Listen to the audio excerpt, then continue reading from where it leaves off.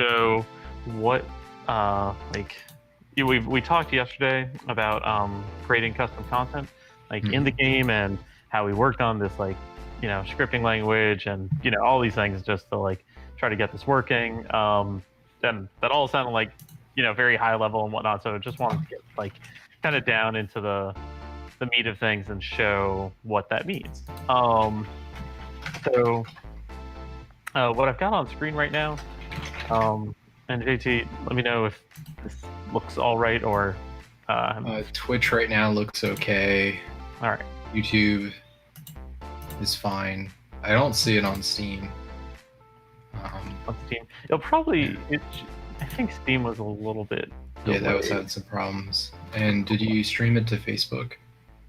Yeah, it should be on my Facebook. Okay. Oh, there it is. Sorry, everything on my end's slightly delayed. Okay, yep, it's working. Yeah. Okay. Cool. Yeah. So, yeah, and does this text window look good right now? Should I make that a bit smaller? I think that's all right. You might want to bump it up a little bit. It's a little small. Okay, I'll do a little bit quick on the fly. The first time showing this, but yeah, we'll just crop this a little. We can get rid of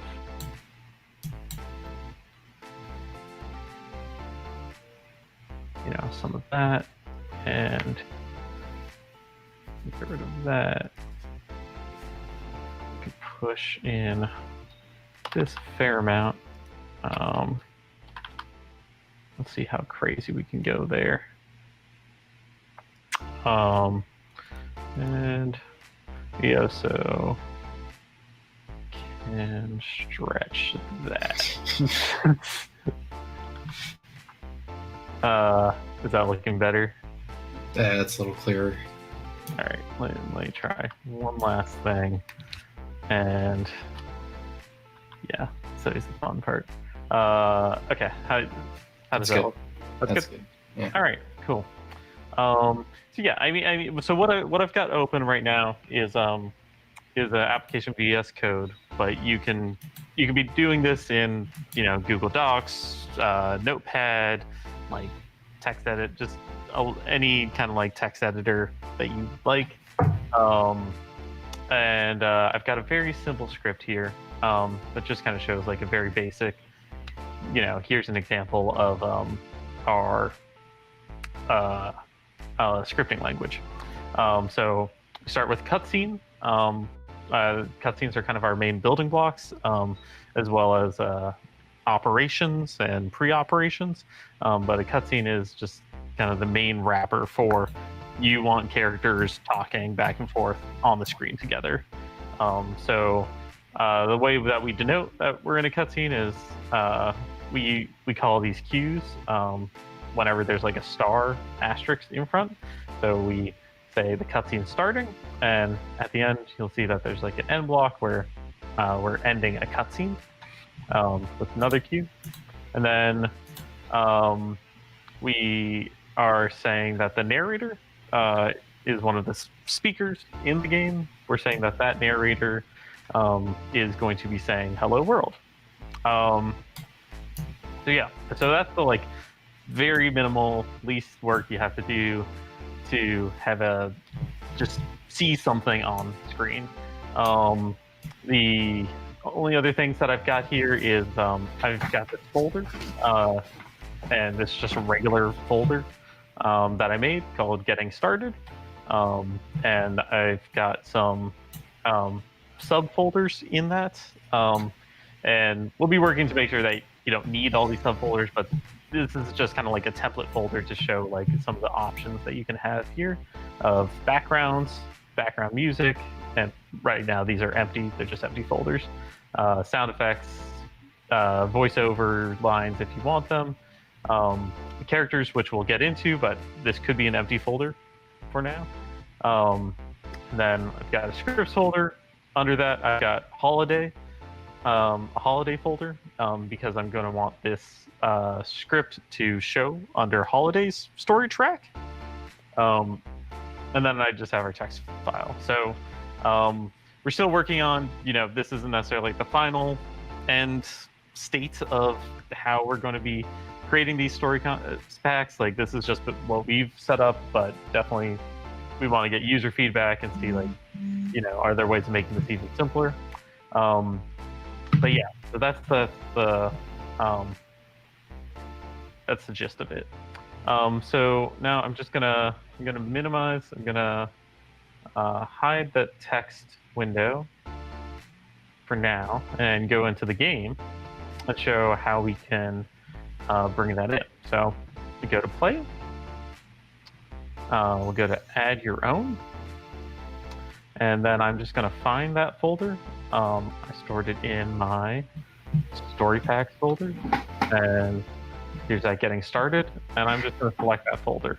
And once again, like within this folder is where we've got backgrounds, scripts, and there's holiday script. And under there would be where the Hello World text is. So I'm just going to select this folder and load that in.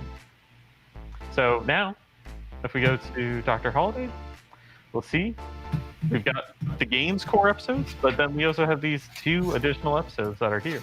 But we care about this Hello World one. So we'll go ahead and play that. And sure enough, we see a screen. There's a default background in that scene, and we see the narrator is saying Hello World. That is what we wanted. And then if I click again, we'll just go back to the main screen. So yeah, so that is once again like the quickest, the easiest way of just getting some text on screen. And a cool thing about this system is now that the game is aware of this folder and this script, we can actually add in more context. So we could have the narrator say, like, hey, I am going to say another line of dialogue. Beautiful. Let me save that.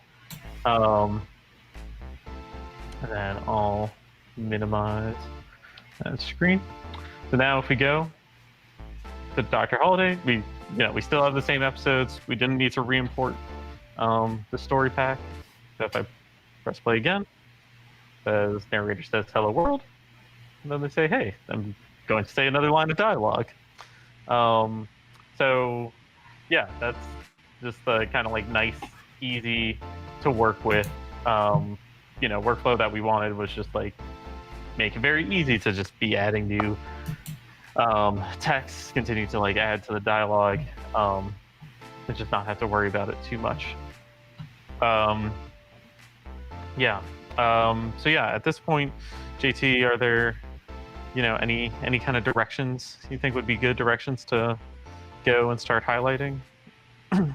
Yeah, I think like the next chunks would be like adding characters, have them show up in the scene, be able to say some lines, be able to move around in the scene and leave the scene. Yeah, that sounds good. So yeah, we'll once again, we're just gonna make this version of Hello World a bit more complex. But so we've got a few characters. We've got Dante, we've got Annabelle, we've got Big Tex, we've got Holiday, and we also have the playable protag character.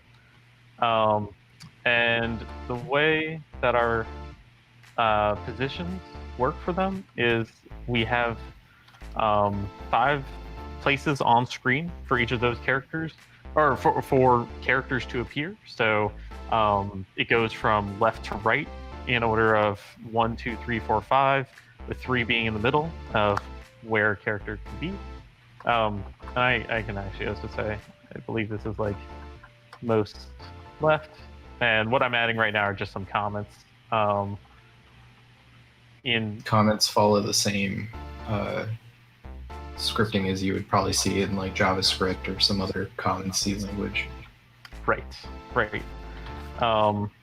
and there's more complex comments that you can do, but once again, these are all like things that you can add to make your script to help you describe your script, or if you're sharing it around. But they're just nice things to have in case you want to like get rid of some piece of content or bring it back in later on. So yeah, we'll just do this script, and we'll also just have some characters say hi. So what's going to happen here is the script goes in order of first Dante is going to appear in this position, the first position.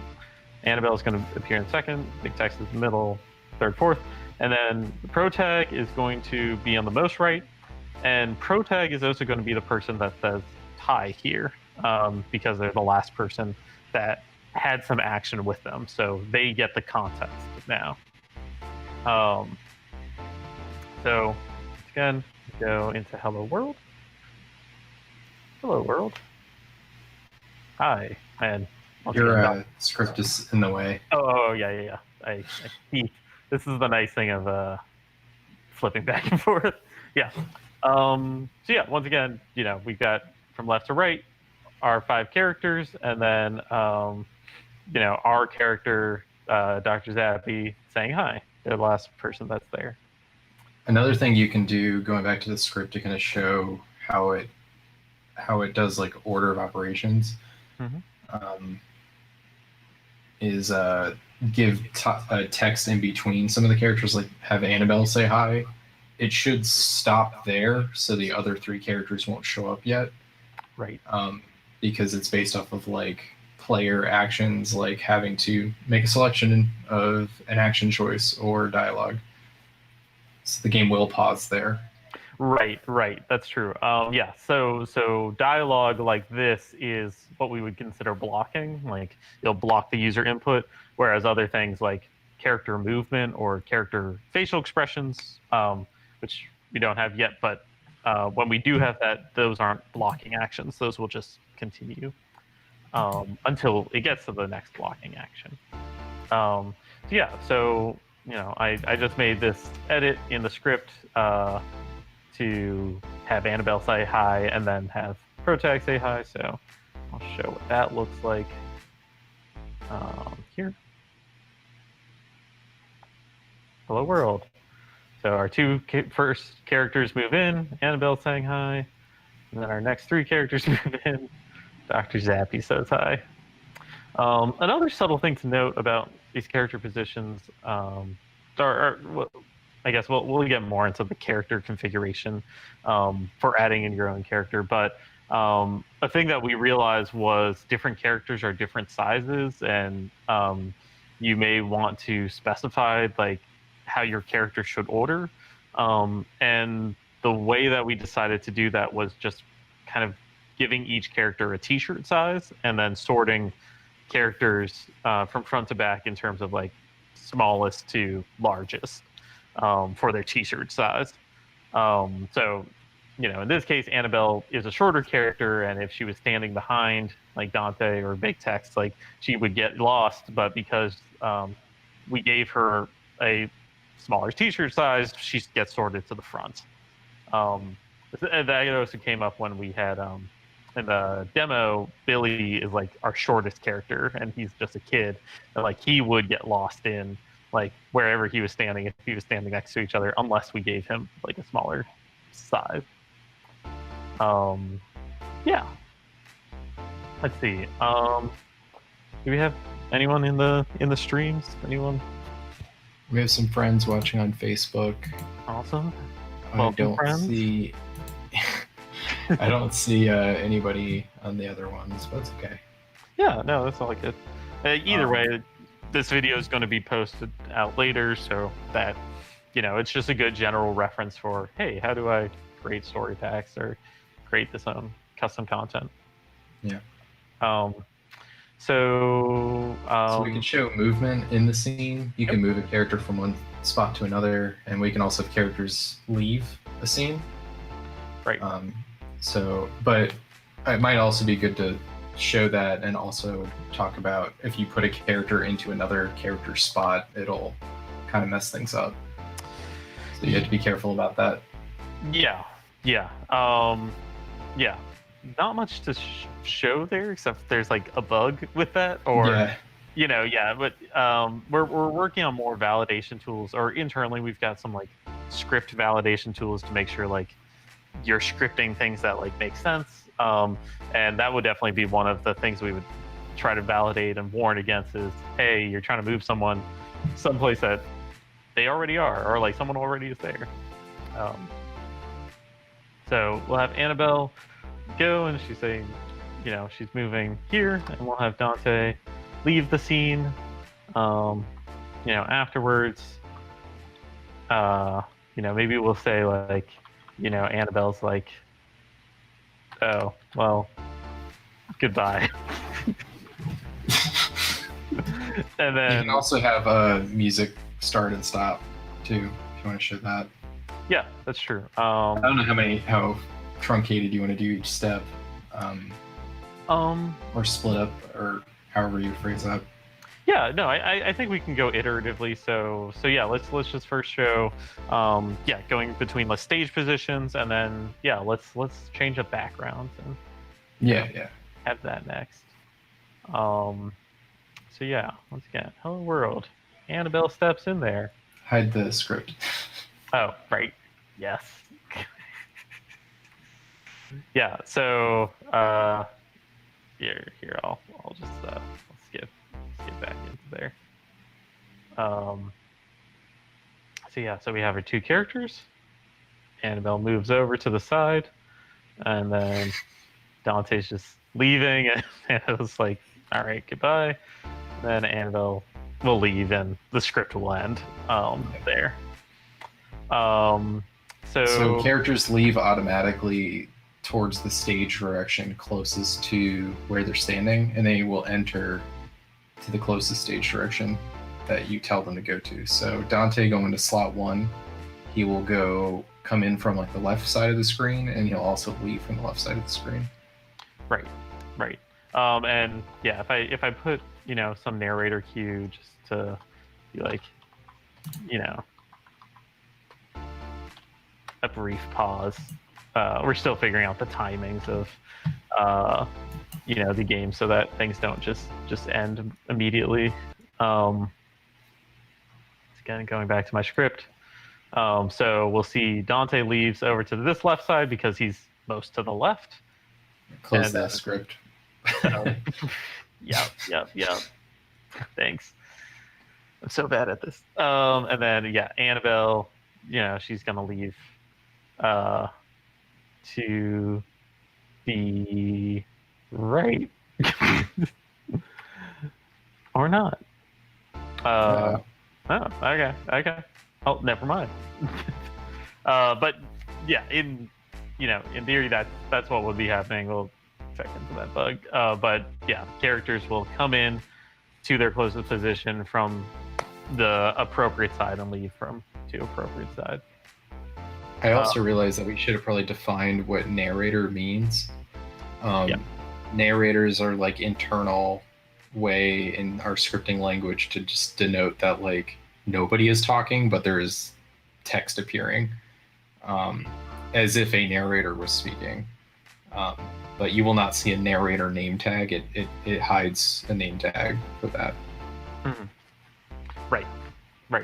It's narrator's just a good catch-all for any non-character specific text. It's technically handled basically like dialogue, but there's nobody talking. Yeah. So So the next thing is JT was talking about backgrounds or like background music that we want. Just gonna say like to do here. Not that matters. But yeah, so maybe we want to change up the backgrounds or change up the background music that's happening. And the question is like, oh, what background music's available? So this is when, if I go back from here. Uh-oh. Okay. All right. I internally made this create button to show like what are available backgrounds, and we see all the backgrounds that exist and we can use, as well as like what's some background music that we can use. And so yeah, you can play this music. It's like, oh, let's chill vaporwave. What does that sound like? And let me actually see what that sounds like. Yeah, that's some chill vaporwave. So I can just copy this to my clipboard, and I'll go back into the script and set that as chill vaporwave, and then I'll grab another background. Let's see, what sounds like a good background. The street's a good yeah, one. Street's a good one. Copy that, and we'll just put that in there. So now, when I go into our episode, our Hello World episode, we'll get that street background that's there, and we should also be hearing the chill vaporwave background music in the scene. And one of the things to note, with these is these are like cues, just like dialogue cues and whatnot. So you can have the background music change whenever you want, like during a cutscene. You could even have the background change at some point during the cutscene. And we've had a few scenes where, we may want to have some drama where it's like, I don't know, the background like changes to black, and like the background music changes to, let's see, what's a good. Well, I think for a realistic, like real world way you'd use that is like, Annabelle telling Dante like, "Hey, let's go somewhere else." You could fade it to black. Right. You can have narration say like, "You guys walk to wherever," and then you could change the background music and background, like things like that is like a way to kind of handle like scene transitions, because we don't have animation. Right. So I just throwing out an idea. Right. Annabelle and Dante. What do they do? They go to the cafeteria. Go to the cafeteria. Yeah, I think we also use like black for like I remember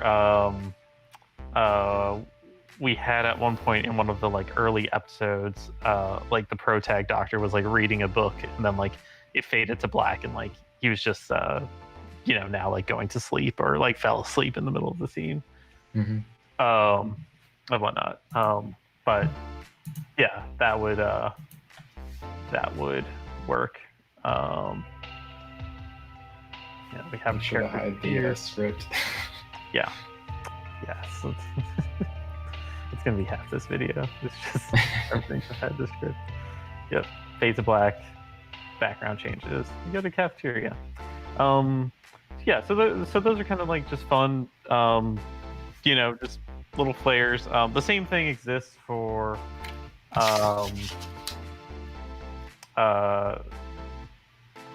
using VO lines, or like using sound effects lines.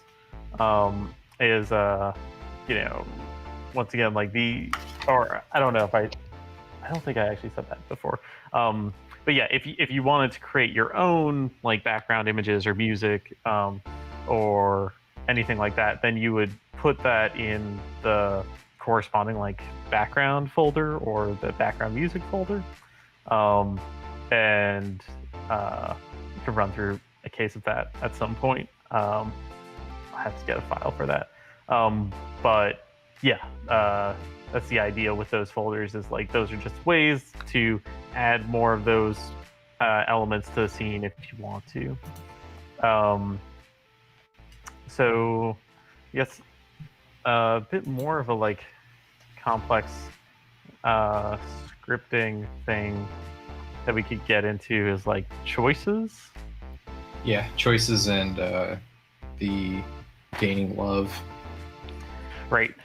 So yeah, so we'll do choices first. So choices, we call them action choice, and we may have a series of choices, and each of those choices are, you know, a choice and like a choice end block, an end choice block. I don't know why that was auto correcting that. So yeah, so this would be the first choice. And within a choice, you know, this can just be any content that appears in a cutscene. So you can have the same thing. You can have narration, you can have dialogue, you can have stage position movements and whatnot. Though the only thing is the first choice is the your choice, the choice that will like appear. Or sorry, the first dialogue is what will appear. So let me just type that out and show a little bit better what that would look like. So we'll have a couple of choices here,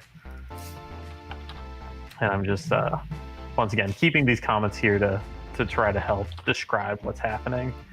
So yeah, we'll have a first choice and we'll have a second choice. And let's go ahead and play that and see that in game. Hey. All right, so there we go. We got a first choice and we've got a second choice. And yeah, once again, those are just the first dialogue options that appear as in their choice blocks. But you can extend these to have, follow on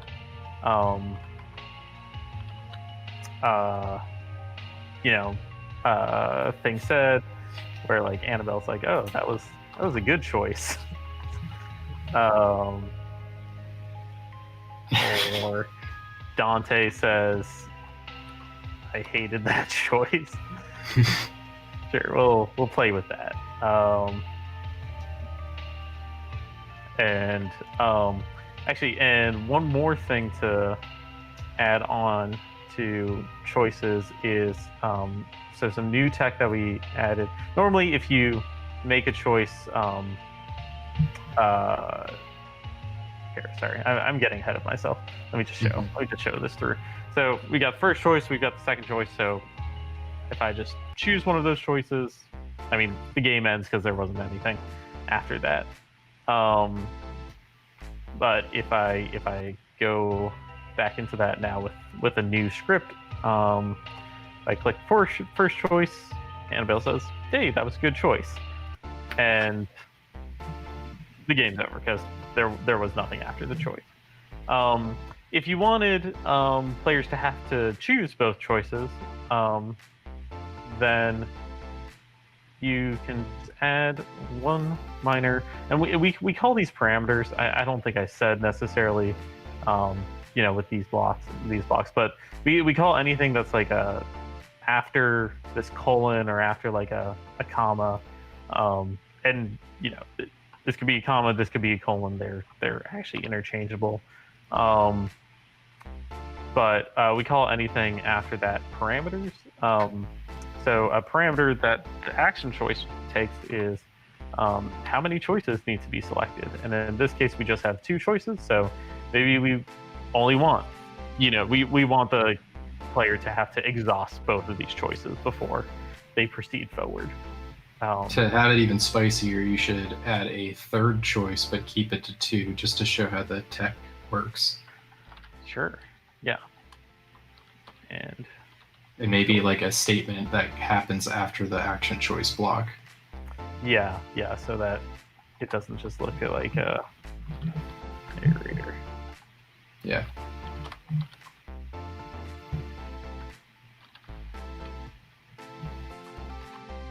After the choices. So yes. So we have here our third choice, and the pro tag says, yeah, maybe we just say this is like our spicy third choice. Sure.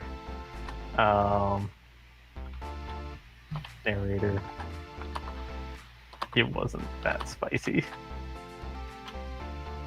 So once again, this is an action block, an action choice block, where the player is allowed to select up to 2 of the 3 choices, and they should see all 3 choices. But then as we're making choices, we'll see the choices that we made disappearing, and we'll have a limited subset of choices to make. So let's try that. Let's play that. So Annabelle says hi. Okay, we've got 3 choices. What are you feeling? Pick spicy third. Spicy third? Yeah. It wasn't that spicy. All right. So then we just have 2 choices. The third spicy choice went away, so we only have the first and the second choice. I'll go with this first choice. Good choice. And then we're after the choices. So that second choice never happened. But that's just a fun thing that we added to. I know that you were playing around a lot with that in like Annabelle's dialogue, and like having a lot of options for like, just talking to Annabelle and like, interviewing her kind of about like what she likes. And it just was a nice way to not just have a choice, but be able to like continue to go through all these choices and like use up all that dialogue. Whereas sometimes you might miss that. Yeah, the way it works currently is action choices are essentially set to default of 1 choice. You pick that choice, it leaves the action choice chunk. If you set it to a higher value, if you set it to like the amount of choices you have, that just lets the player try all of them. We also have a break tag, so we could let you keep pick. So you could set it to like there's 4 choices, you're allowed to pick 4 choices, but you could have like a correct answer, and that breaks you out of the loop. So you might want to show that how that works. But I was just talking about like the different ways you can use it, and the other way we could do it, like kind of like here, or how I used it in the Annabelle level, was you had some time to ask some questions, so I put it to 3. But you had 4 questions you can ask her, so it's like you're basically having to choose one that you're not going to have time to ask. Mm-hmm. Just to kind of have like some meaningful choices here and there. Right. So I'll first go with that kind of like okay, maybe maybe you don't want to have a choice really, or you want to like choose, and you want to just not have to choose the other choices. Which can totally come up. There's I think that's the cool thing about this stuff, is that it's just a lot of tools for whatever kind of like narration you want to have, or whatever like story you want to create with that. Let's have ProTag say, let's see, no more choices. So to do this, we'll just add in a break. Can you scroll down, please? Oh yeah. Can't see it. Sorry. There. Yeah. So we added in a 4th choice, and said protagonist will say no more choices, and then we have a break. And once again, before this break, we can have any number of like choices or any more things happen. Once again, character positions moving, or even a choice within a choice. But once this break happens, we'll be breaking out of this action choice block.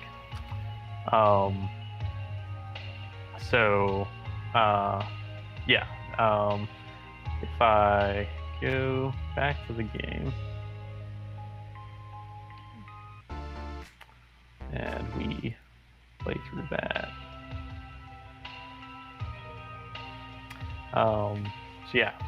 So normally I would just have 2 choices to select from, but I'll just say no. I don't care about any of these choices that we get after the choices, and it just early outs out of that choice block. Yeah. Let's see. So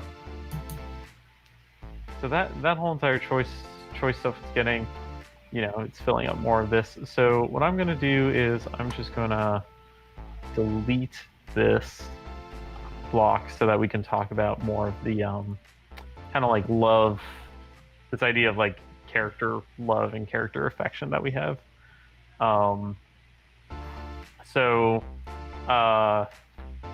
The affection right now appears on each of the characters' like story tracks, and affection is not necessarily like the final name for this, but it's just more to indicate that like, oh, you're growing some relationship with the characters.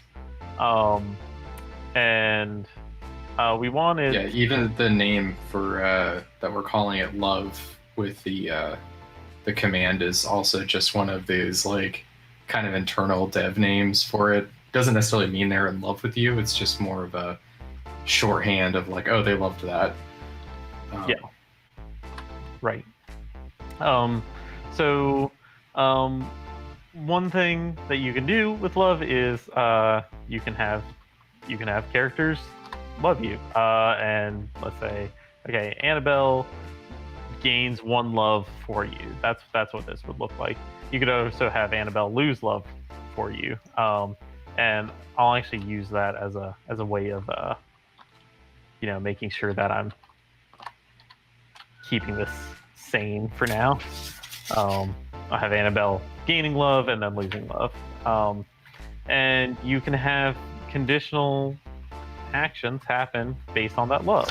So you can say, hey, love min 1 means Annabelle has to love me at least a value of 1 for whatever happens within love min to happen. So this creates kind of a conditional love block.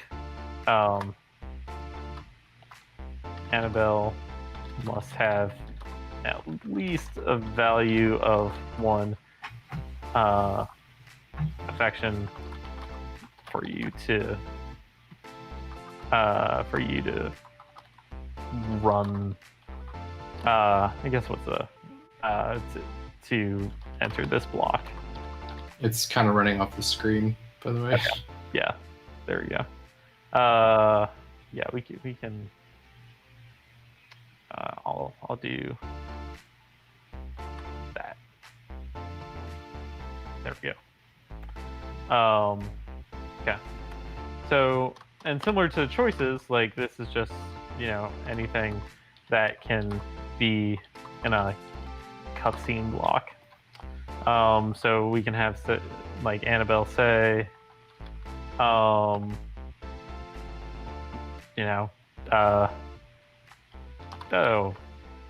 I like you, something like that. What's going to happen here is, Annabelle's going to be on screen. You're going to gain an affection with Annabelle, and then we're going to enter in this block where Annabelle says, I like you.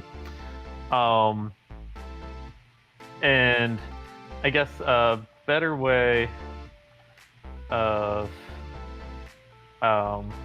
illustrating this is like when it combines with like action choices.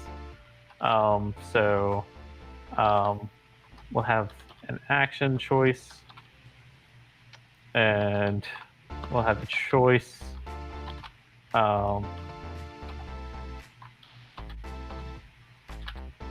That's like protag, do something nice for Annabelle, and then we can have Annabelle gains affection for you, or we could have a choice.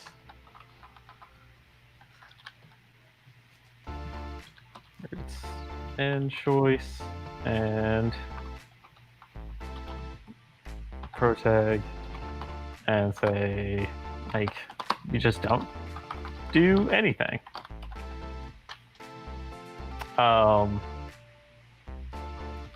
And so we'll have two choices. One of them, you'll gain 1 point of affection with Annabelle. And then if you have at least 1 point of affection, you'll have Annabelle say that she likes you. And I'll actually keep the narration line in here. Narrator, the end. So, yeah, let's jump into that. Let's see that play out. So we'll play this a couple of times to see each kind of path go through. And let's see, if it's loading like that, that means I may not have formatted something right. And yes, what I did not format right was I have two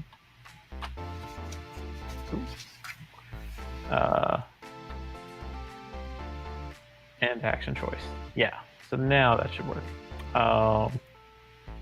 So load in. Annabelle says hi, and we'll do something nice for Annabelle. And she says she likes us. That's great. The end.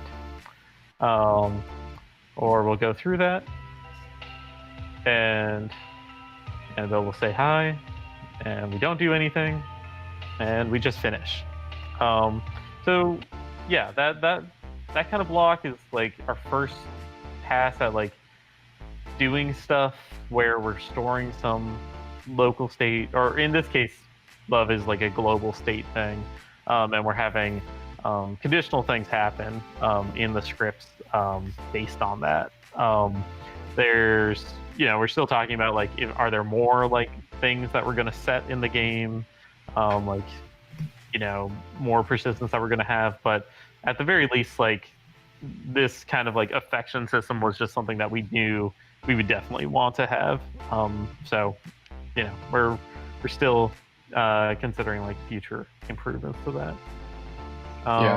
Like in the future, we'll probably need to add like more conditional and variable like handling. Like if you picked this choice 5 episodes ago, this choice appears kind of stuff. Right. But currently not handling that, but probably will.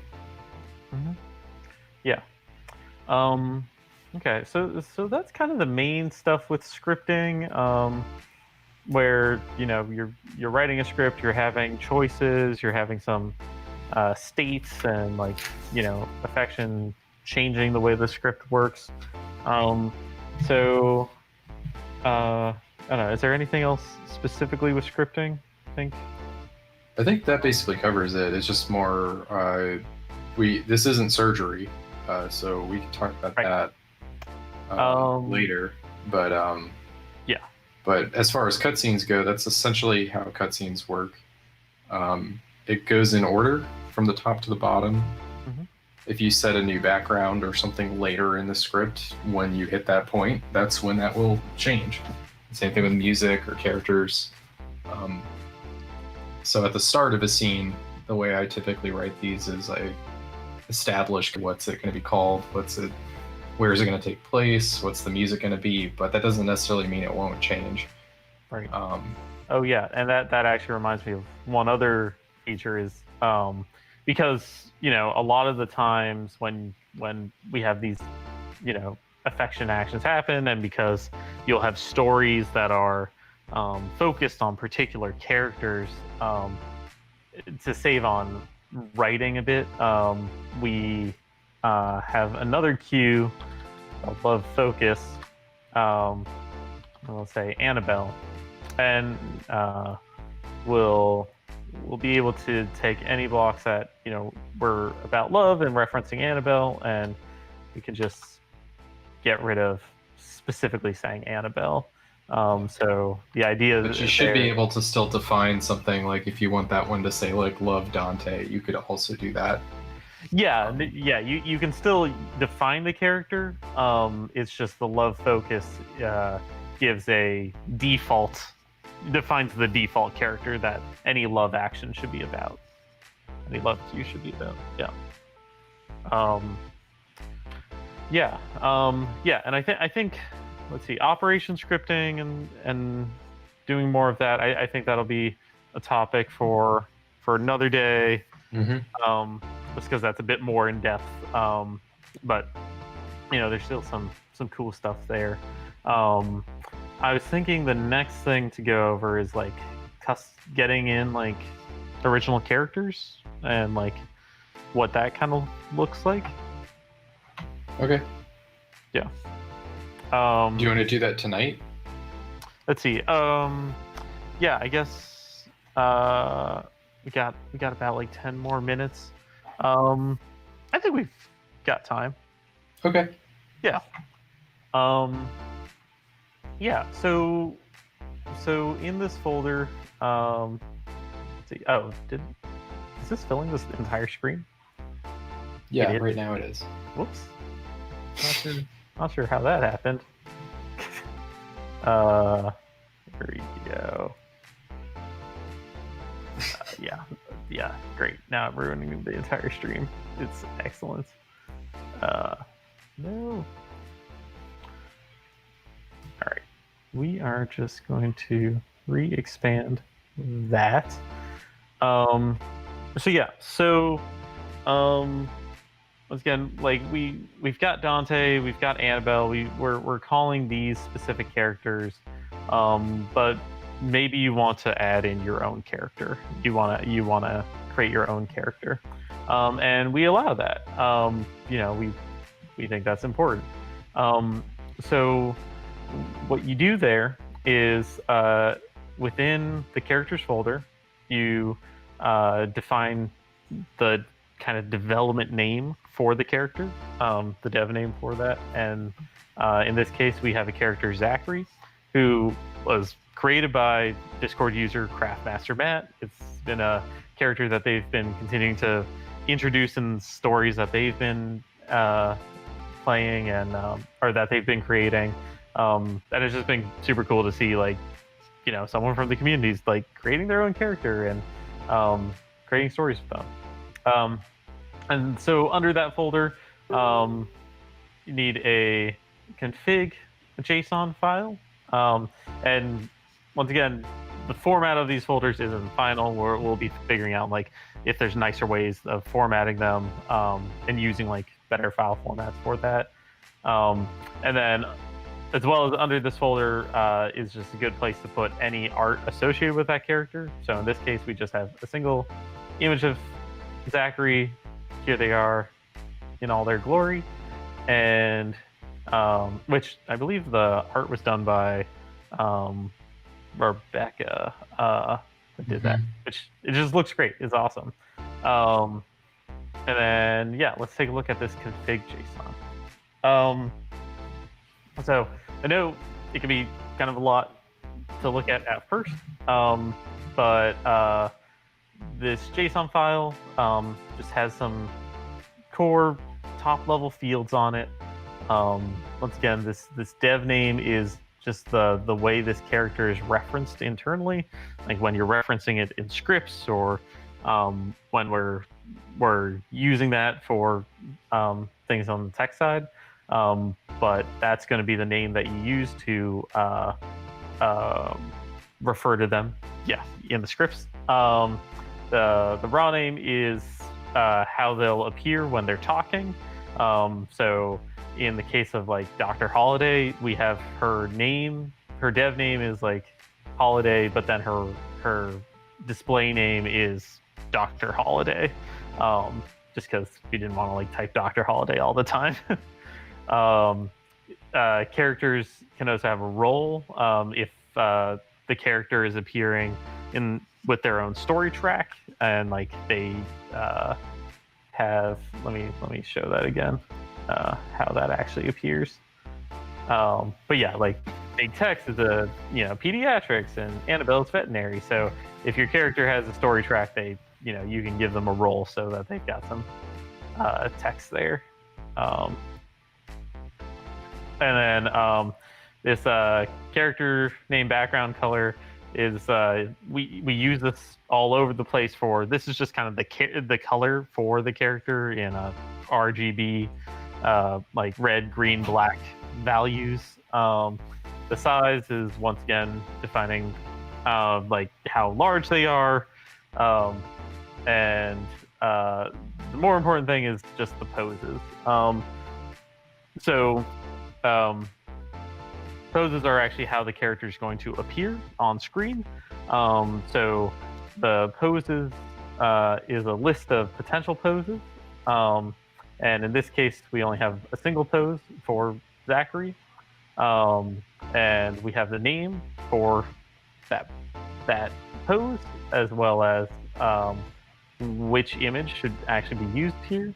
So if we had multiple images, say, let's see, I don't actually know how to clone. Copy? Paste? Sure, yeah. If we had like Zachary and Zachary copy, let me get this a better name. Like Zachary second pose. Maybe he's a bit different. Maybe he's like flipped or something like that. Then we could create another pose for them. That was called Zachary. That was Zachary's second pose, and we could give this expression, some other name, like it's smile or it's flip or something like that. And that could be referenced through the scripts. The expression stuff is still TBD because we haven't had too many different character expressions and poses like in the game. So still figuring out that format and how we're running with that. But yeah. So yeah, we have a pose for Zachary. It's going to be that image. The default pose is that is referencing that pose. And then there's other things here just for if the character has their own story track, or if you have an image specifically for that character's face, because characters assisting you in surgery, we show their face in the tooltips area. So we just have some specific face image for them. So that is currently the configuration for adding your own character. Is just considering like those various parameters, and then as you have more images for your character, or if you have them in different poses, you can just hook up those different poses so you can reference them in the scripts. So yeah, I already imported this script, or this story pack, so I should be able to just add Zachary into the script. Yeah, I should just be able to add Zachary here as hey, Zachary 4. And so then Zachary will be saying hi to us.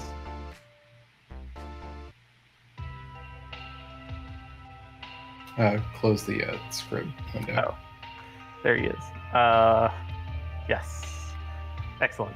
And I should have adjusted the sizes on him, but that is all good. Yes. Sorry,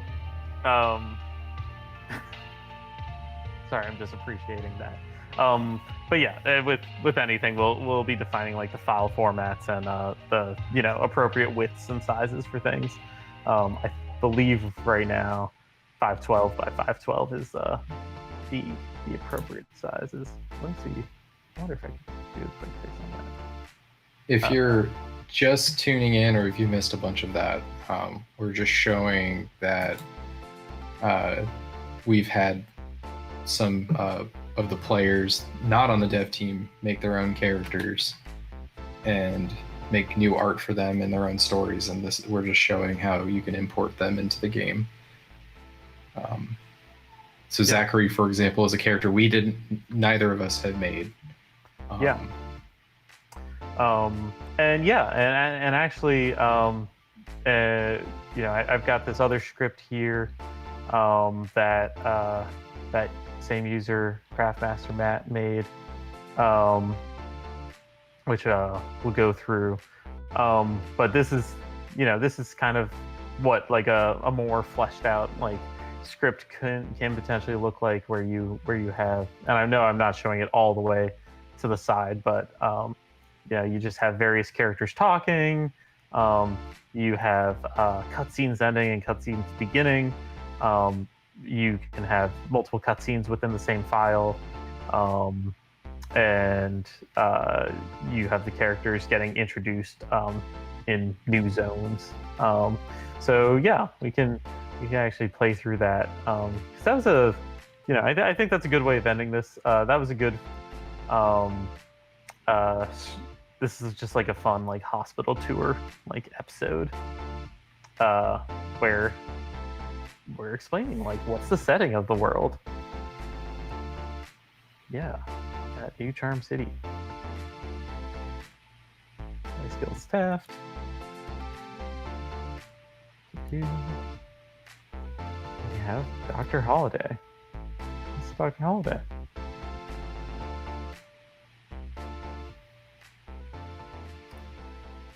And then we're introducing 3 playable protagonist characters here.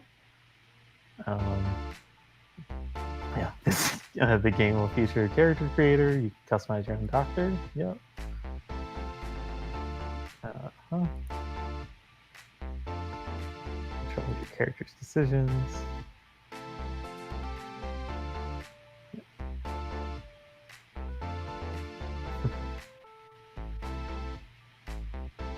The little green box should be where the character's name is, but since the protagonists don't have names, it's a little bit buggy. Yeah. But the protagonists themselves are not referred to anything.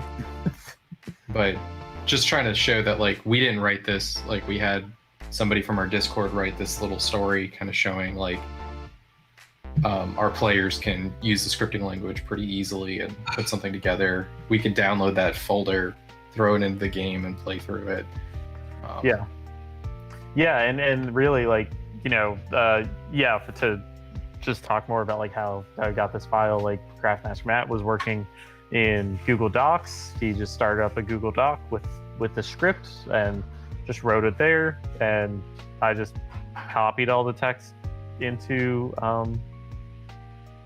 a folder, into the story pack folder format, and then it's here.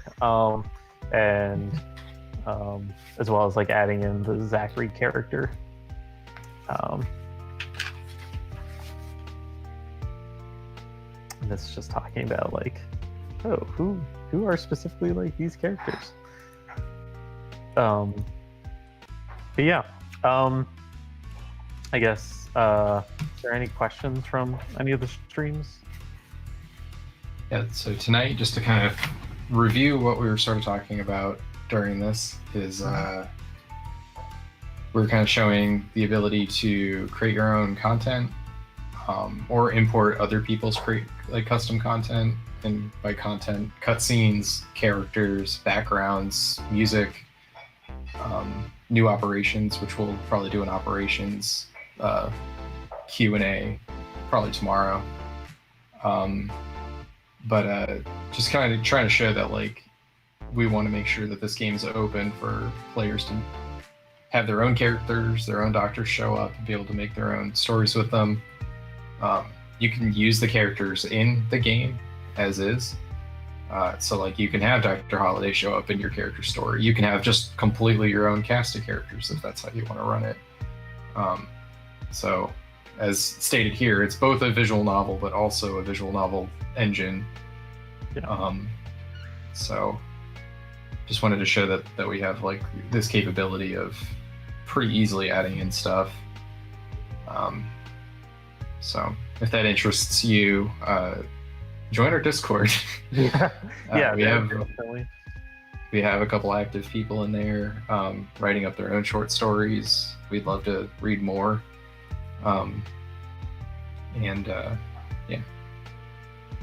Yeah, no, we've got active, scripting channels. We created a custom like scripting role in the Discord, particularly for people that are interested in that, just for like more, hands-on scripting help and whatnot. But a couple of weeks ago we ran. I think I already said, or I said like in the last stream, we ran like a story pack jam where we just like challenged the users to, hey, make a story with the theme like start of the summer, and we had like some new characters that were created and introduced, and we had like a 34-page like story that happened, which was like awesome. And this is now something that you're able to do. Like, once again, I'm doing this all in the build that's available on Steam right now.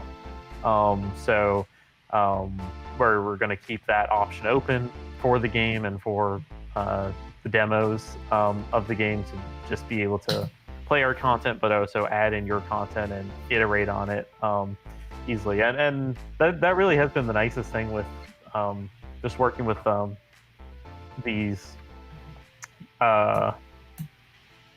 text files is once again, once you import, once you point the game at where your files are, then you're able to just script and write on the fly.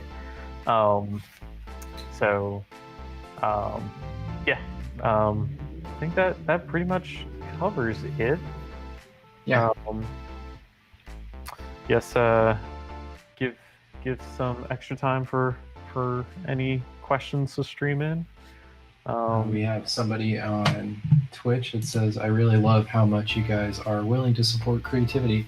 Yes, we both really like games that have a lot of custom content, and kind of the community drives the creators make the game, and then the community kind of drives it even further. And we just wanted to build that as like a core part of our company's, signature. Yeah, I think we said before, like, we've both been very inspired by games that like allow that, like, that just like allow for modding. Like, I've done so much like Gary's mods, and it's just, we believe that like if we're making this game and if people are willing to pay for it, they should be able to tune it, tweak it, adjust the settings, just make it accessible, as well as we set out with trying to make this creating this game and creating these scripts as easy as possible for us, and to get in there, like to make it easy for like JT to get in there. So there's no reason it can't be easy for other people to get it in there too. Yeah, I want to see the Kaizo Mario surgeries. That's what I'm looking forward to. Yeah. Let's see. Yeah, feel free to jump into the Discord if you have any questions. We check it all the time, and be great to see you there. Yeah, I'll post some links just in all the streams of what that Discord link is. It's just probably something I should just add onto the stream, is like the text for it. We're still figuring out our streaming format. It's good. But great. Any questions before we hop off? Thanks for joining Yeah, us. I guess. Please wish list the game got like 10 and more minutes. join the Discord. I think we've got time. Yeah, the game's available. All this so- week until So in this Sunday, folder, and I think even I forget when oh, it's closing on Sunday, but yeah, filling this the demo entire is screen? up and available Yeah, all right this now week. it is. Whoops.